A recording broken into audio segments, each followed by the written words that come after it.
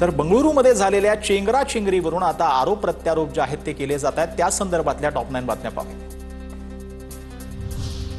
मोठ्या प्रमाणावर गर्दी झाली, जी नियंत्रणाबाहेर गेली। गर्दी नियंत्रणाबाहेर गेल्यानं पोलिसांना सांभाळायला जमलं नाही। घडलेली घटना दुर्दैवी, त्याबद्दल माफी मागतो उपमुख्यमंत्री डी.के. शिवकुमार यांची प्रतिक्रिया। मृतांच्या कुटुंबियांना 10 लाखांची मदत, तर जखमींना मोफत उपचार देणार कर्नाटकचे मुख्यमंत्री सिद्धरामय्या यांची माहिती।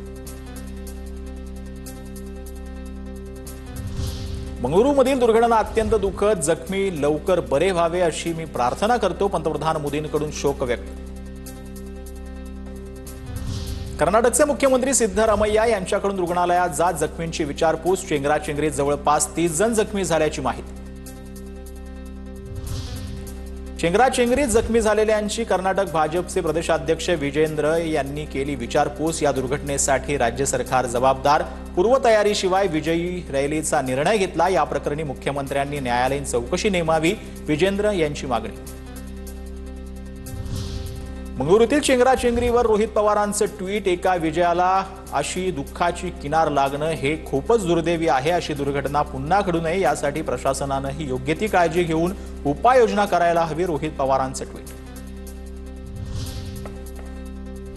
तर असं कोणत्याही राज्यात होऊ शकतं। सत्ताधारी पक्षाला आपल्याला जबाबदार धरून राजकारण करायला नको। आरसीबीच्या विजयानंतर दुसऱ्याच दिवशी सत्कार सोहळा आयोजित करण्यात आला होता।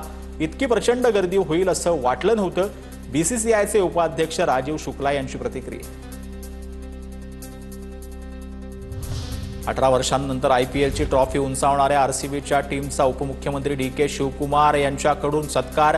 विधानसभा परिसरामध्ये पारंपरिक पगडी आणि हार घालून प्रत्येक खेळाडूचा उपमुख्यमंत्र्यांकडून सन्मान।